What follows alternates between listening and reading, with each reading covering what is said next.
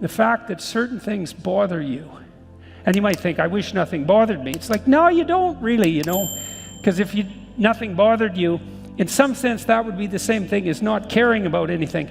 It actually turns out to be the case that the things that bug you are the things that you care about when they go wrong. And so then this is a really useful question to ask yourself, because you might be observing the political landscape and you think, that really bugs me. And maybe you annoy the hell out of your friends and your enemies and even yourself by, being obsessively concerned about that thing that bugs you. And then you might ask yourself, well, why does that bug you? Because there's like a million things that could in principle bother you. And maybe you're one of those people that has a million things bothering you, but probably not. There's more things that don't bother you than that do bother you, because there's a lot of things. And if everything bothered you, you'd just die.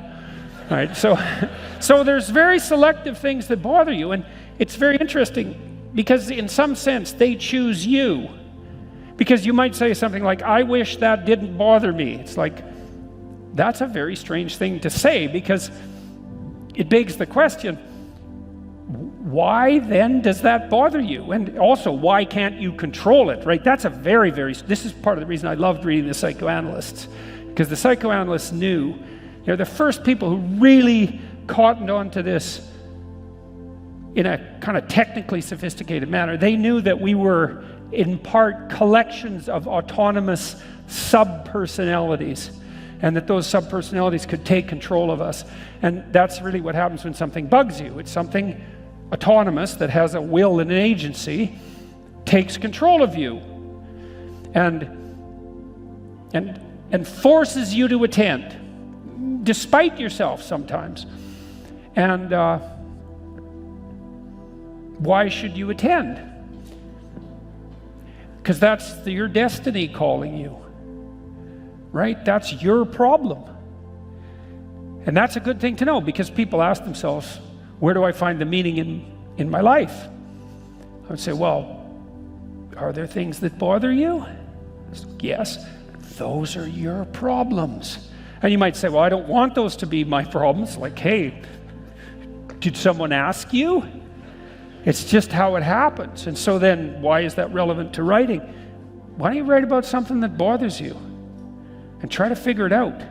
Because you got to ask yourself, well, first of all, what would your life be like if you actually addressed the things that bothered you?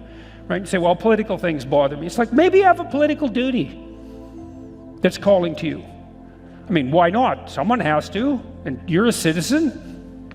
Could be you, and not just an interest, right? And not just an obsession, but an obligation and a responsibility. And God only knows what would happen if you pursued that. I was talking to Mike Johnson, who's the fourth most powerful Republican in Washington.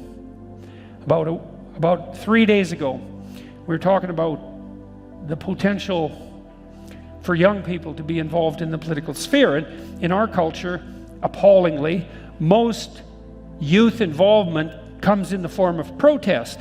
And that's the fault of the idiot universities, as far as I can tell, because basically what students are taught is that if something bothers them, which it might, then they should protest about it. It's like, well, you could do something about it instead of complaining about the people who are doing something.